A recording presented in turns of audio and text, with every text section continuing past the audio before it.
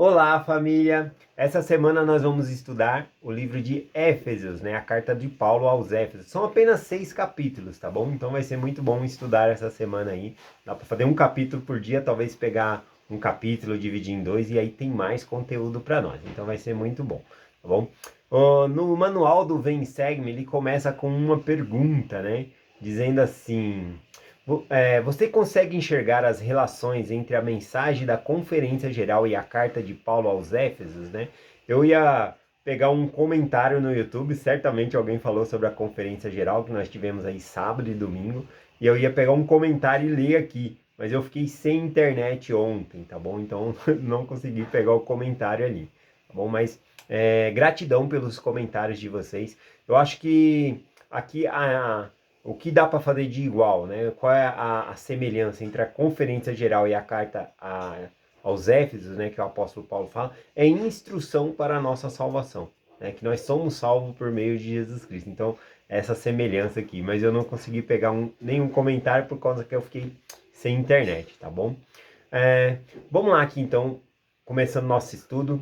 Essa carta aos Éfesos, né? Acredita que Paulo ele escreveu de dentro de uma prisão. Inclusive, em 2 versículos, né, aqui ele menciona sobre que ele estava na prisão quando ele estava escrevendo, ou dando a entender que ele estava como prisioneiro, tá bom? Então, acredita que ele escreveu essa carta, né?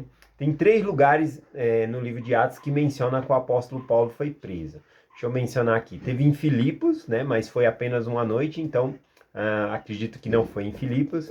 Teve em Cesareia, que ele ficou 2 anos lá entre os judeus. E também teve em Roma. Acredita-se que ele escreveu de Roma essa carta, tá bom? O motivo é que em Roma ele estava numa casa alugada, preso ali em cárcere prisado, mas ele tinha uma certa liberdade ali. Então pode ser, né? E também o conteúdo que traz da carta, parece que ele já tinha passado várias experiências. Por exemplo, no livro de Atos, capítulo 19, menciona quando Paulo esteve entre a cidade de Éfeso, né? Que vai ser um dos assuntos que ele vai trazer aqui, porque lá era uma cidade muito idólatra, e ele ensinou o evangelho, e aí as pessoas que faziam ídolos para vender de madeira, de ferro, bronze, ficaram com raiva de Paulo, porque ele estava ensinando que o único Deus verdadeiro era o nosso Deus, e que não havia imagens, né? Pelo menos se Deus houvesse uma imagem de escultura, eles não iam brigar. Agora tem uma nova religião aqui, esse é o novo Deus. Eles iam fazer estátua e ficar feliz por vender, né? Mas como não tinha estátua de Deus, né? Deus ele não é adorado por meio de imagem por nós. Então, os cidadãos de Éfeso, esses artesãos que faziam assim, ficaram muito revoltados com Paulo, né? E houve uma grande revolta. Se você quiser saber um pouquinho mais sobre isso, está em Atos capítulo 19, né? Que compõe um pouco dessa carta aqui, né? Um contexto histórico aí, tá bom?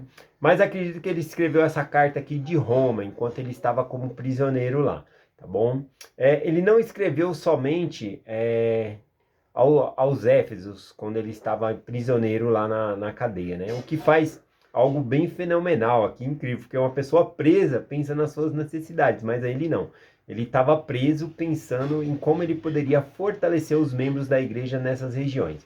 Então, enquanto ele estava como prisioneiro, ele escreveu aos Éfesos, escreveu também aos Filipenses, aos Colossenses, a Filimão, também, que é uma carta que nós vamos estudar, uma pessoa. Filimão é uma pessoa, né? Então, ele vai escrever ali sobre o escravo dele, Onésio, né? Que acredita-se que Onésio já era membro da igreja, né? Ele fugiu desse Filimão, se tornou membro da igreja e ele se encontra com Paulo lá em Roma, né? Então, o Paulo, quando nós chegar em Filimão, a gente estuda mais sobre isso aqui.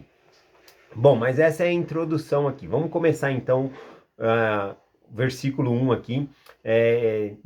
São 23 versículos, não dá para me debater todos os versículos por conta do tempo, né?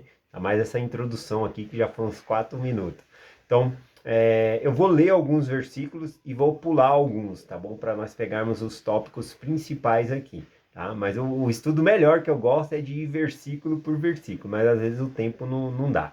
Então diz aqui, o versículo 1, Paulo, apóstolo de Jesus Cristo, pela vontade de Deus, aos santos que estão em Éfeso, aos fiéis em Jesus, né? Então aqui mostra já o destino da carta, era para os fiéis, os membros da igreja lá em Éfeso, a qual ele chama de santos, né? Era muito comum naquela época, chamar os membros da igreja de santos, tal como nós temos hoje em dia também, né? Na igreja, é a igreja de Jesus Cristo dos santos dos últimos dias, né? Fazendo uma referência aos últimos dias agora. Então, eu achei interessante aqui que ele fala, né? Paulo, apóstolo de Jesus Cristo, da vontade de Deus. Ou seja, os líderes da igreja, eles não são escolhidos pelos líderes da igreja. Os líderes da igreja têm que buscar a revelação para saber quem Deus está escolhendo. Então, sempre ele fala, né? Então, até mesmo na igreja primitiva, os líderes da igreja era por meio de revelação que se obtinha esses líderes, tá bom? Então, achei interessante aqui. Vamos aqui para o versículo 4. O versículo 4 diz assim: como nos elegeu nele antes da fundação do mundo, para que fôssemos santos e irrepreensíveis diante dele, né, em caridade. Essa palavra elegeu, ele nos elegeu aqui, poderia ser colocado aqui como escolheu ou selecionou, ou seja, Deus nos escolheu ou nos selecionou, escolheu para si mesmo ou escolheu entre muitos, tá bom? Então, voltando ao versículo, né, ou seja, Deus nos escolheu, né, nos escolheu para si mesmo, antes da fundação do mundo, antes desse mundo existir.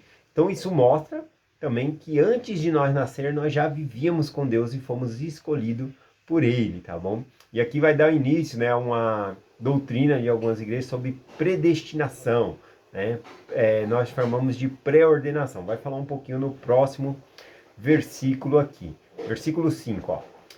E nos predestinou para filhos de adoção por Jesus Cristo, para si mesmo, segundo a beneplácito de sua vontade. O beneplácito aqui, né, seria a benignidade de Deus, tá bom? A bondade, né? Somos escolhidos segundo a bondade de Deus aqui.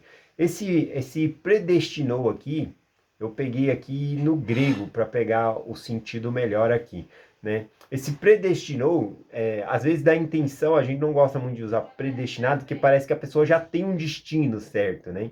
E nós temos o arbítrio também, tá bom? Então a gente não usa muito essa palavra predestinou, a gente usa mais a palavra pré-ordenou. Foi ordenado para aquilo, mas mediante a fidelidade da pessoa ou as escolhas da pessoa, ela pode perder essa pré-ordenação, as bênçãos que Deus tem reservada para ela, tá bom? Então a palavra predestinou aqui no grego significa que literalmente, né?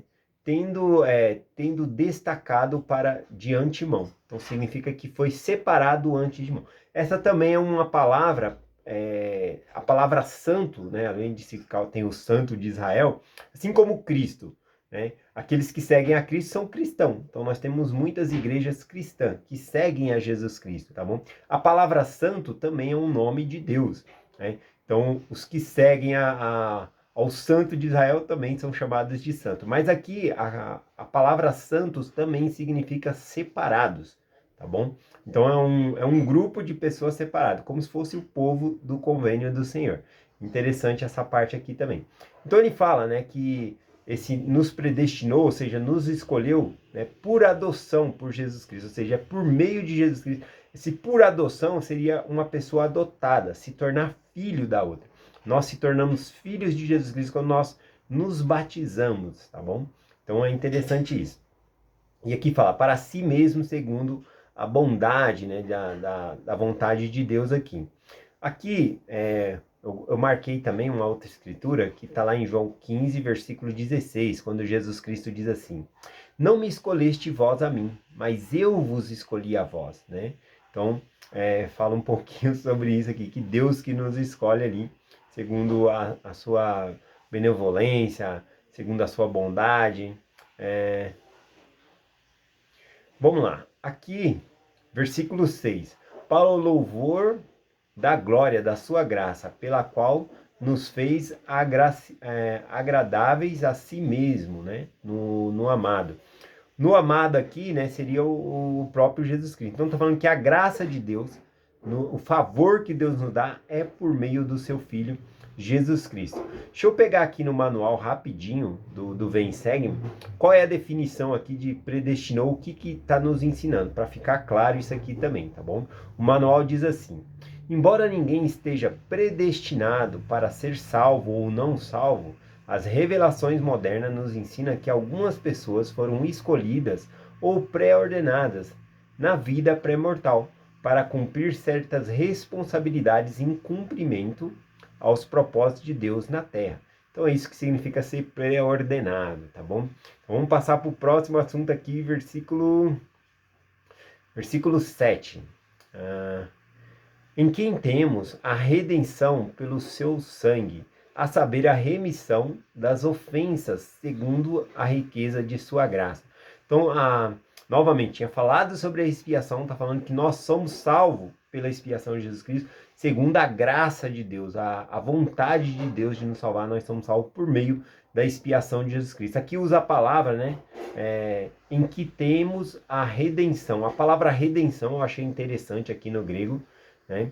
Significa aqui, ó, libertar por meio de resgate, né? Isso que significa redenção, libertar por meio de resgate. O termo usado aqui é comparado a um escravo cativo, né? A qual vai ser liberto mediante ao pagamento ou resgate. Então isso que significa redenção aqui. Versículo 8 e 9.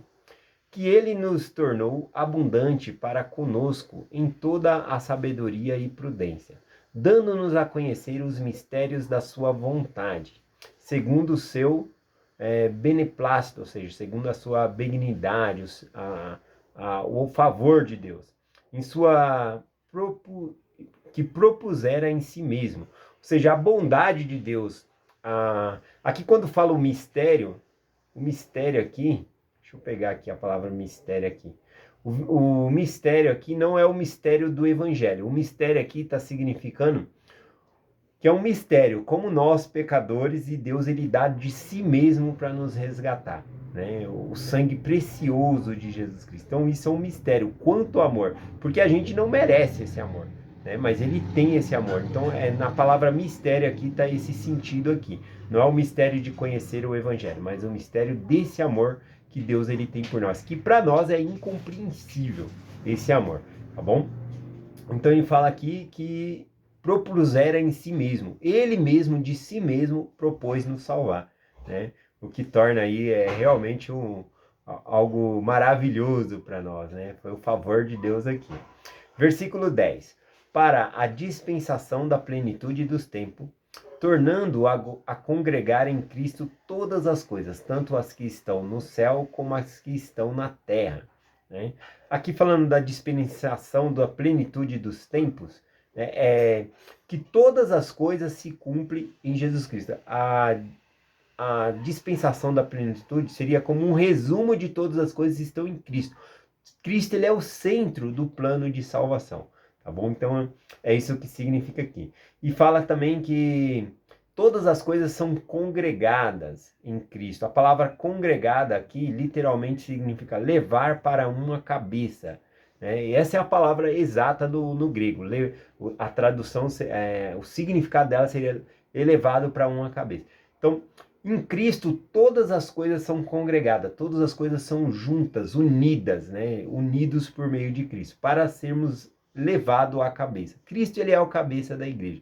Nós somos elevados com ele, para se tornar cabeça também, tá bom? Aqui não significa só das coisas terrenas, como cabeça, líderes da igreja ou coisa assim, mas se tornar no reino celestial, né?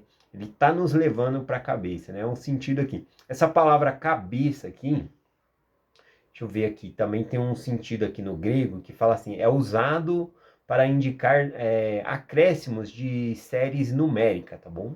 Vai lá para os cabeças, então tem esse sentido. Não entendo muito do grego, mas a explicação é essa aqui, tá bom?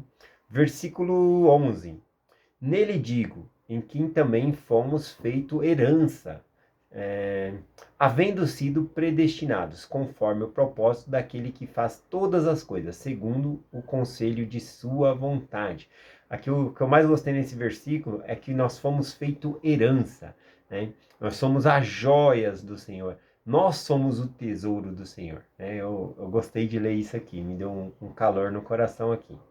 Para que fôssemos para louvor da sua glória, nós os que primeiros esperamos em Cristo, em quem também nós esperais pois ouviste a palavra da verdade e saber o evangelho da salvação, no qual também, havendo Cristo, fostes selados com o Espírito Santo da promessa. Eu gostei dessa palavra aqui, o Espírito Santo da promessa, que nos sela, tá bom? A gente ouve muito essa palavra nas ordenanças do templo, tá bom? Nas ordenanças do templo tem. E aqui eu achei interessante também, né, a ordem das coisas. Primeiro, crer, né, aos que haviam crido, aí depois vem o Espírito da promessa, né, o Espírito Santo. O Espírito Santo é o Espírito Santo, é o Espírito Santo da promessa, tá bom? É um selo, aqui ele fala desse selo. Vamos falar um pouquinho sobre esse selo aqui, né? O selo lá na antiguidade poderia ser aquele anel do rei, né? Só ele que tinha aquele anel, que tinha um emblema naquele anel. Quando ele fazia uma carta, ele pingava cera quente ali com anel. Ele tirava o anel do dedo, lógico, para não queimar a mão, né? A cera quente. E ele apertava sobre a cera ali, tá bom? Fazendo o desenho do anel. Ali é um sinete, né? Então, aquele selo significava que a pessoa estava marcada, né? Aquela carta estava marcada com do rei. O Espírito Santo da promessa nos marca, tá bom? Para sermos de Cristo. Ou também um significado aqui de se tornar selo é se tornar semelhante também, tá bom? Fazer a imagem dele em nós, tá bom? Também tem esse significado aqui. O versículo 14 diz assim: o qual é o penhor da nossa herança? Qual é o penhor, né? Ele está falando do Espírito Santo. O Espírito Santo da promessa, ele é o penhor da nossa herança. Aqui é a garantia, que ele está falando que é a garantia. O penhor aqui supor que você vai comprar algo, aí você dá um sinal. Aquele sinal que você deu de dinheiro, ali, ele significa uma garantia de que você vai comprar, né? No sentido contrário aqui, porque o Senhor que está nos dando o penhor, ele nos dá o Espírito Santo como uma garantia de que nós vamos herdar a vida eterna. Então, ou seja, é um pagamento já, né? Antecipado. E eu posso dizer que sim, porque sentir o Espírito Santo é o que nos faz assim, nossa, eu quero ter esse sentimento sempre. Imagina estar na presença de Deus. Então é uma pequena parcela do que o Senhor está reservando para nós na eternidade, tá bom? Então esse é o penhor, né, do Espírito aqui para a nossa herança. É a certeza, a garantia de que nós vamos receber a bênção do Senhor. Então voltando aqui no versículo 14, né?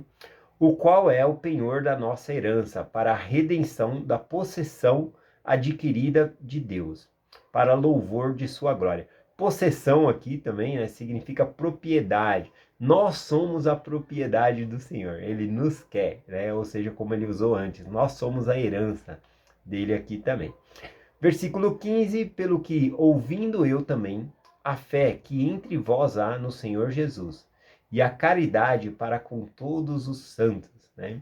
A tradução melhor aqui sobre, no versículo falando por que, seria assim, por esta razão, né? Por esta razão que nós temos essa fé em Jesus Cristo, essa garantia. O próprio Espírito também nos ajuda nessa caminhada para voltarmos à presença de Deus e também no processo de nos tornarmos semelhante a Deus, né? Em caridade, em amor e todas essas coisas aqui. Versículo 16, não cesso de dar graças a Deus por vós, lembrando-me de vós nas minhas orações. Isso é lindo, né? O apóstolo Paulo sempre orando pelos irmãos em Éfeso. Lembra que ele ora, ele tem uma lista grande, né, de pessoas por quem ele ora. Ele ora aos Éfesos, ele ora aos Coríntios, né? Que maravilha! Eu tenho certeza também que os apóstolos e profetas oram por mim, oram por nós, né? Tenho certeza também, isso é lindo também na nossa época. Vamos pular um pouco aqui para o versículo, já estamos avançados aí, né? Já vai dar 20 minutos de mensagem. Vamos aqui para o versículo 20. O versículo 20 diz assim: o qual ele operou em Cristo, ressuscitado dos mortos, e colocou a sua direita nos lugares celestial, sobre todo o principado, autoridade, poder e domínio de todo o nome em que proferem, não só neste mundo, mas também no vindouro, né? Aqui quando fala, né, todo nome em que se profere, aqui significa que não tem um nome que dá para definir Jesus Cristo. Ele é tudo para nós, né? Tem esse sentido aqui. Eu vou deixar os comentários que eu escrevi aqui, porque não vai dar tempo de ver todos. Se você quiser saber um pouquinho mais, pede o comentário no YouTube, porque às vezes no YouTube não... Pede no meu WhatsApp que eu deixo no YouTube, porque às vezes não dá tempo, não é que não dá tempo, não cabe lá no YouTube tudo. Tá bom? Aí algumas pessoas pedem, eu vou e envio aí o comentário das escrituras que eu estou enviando aqui. Mas aqui eu gostei também que ele fala que não somente neste mundo, ou seja, o domínio de Deus, mas também no futuro. Ou seja, Deus está no controle de cada coisa que acontece, né? Aqui. Então o mundo não está perdido no sentido de que o diabo está no controle. Deus está no controle. Foi Deus que fez esse mundo, né? O diabo só se ele for príncipe das trevas, né? Porque deste mundo aqui ele não é príncipe, não. Tá bom?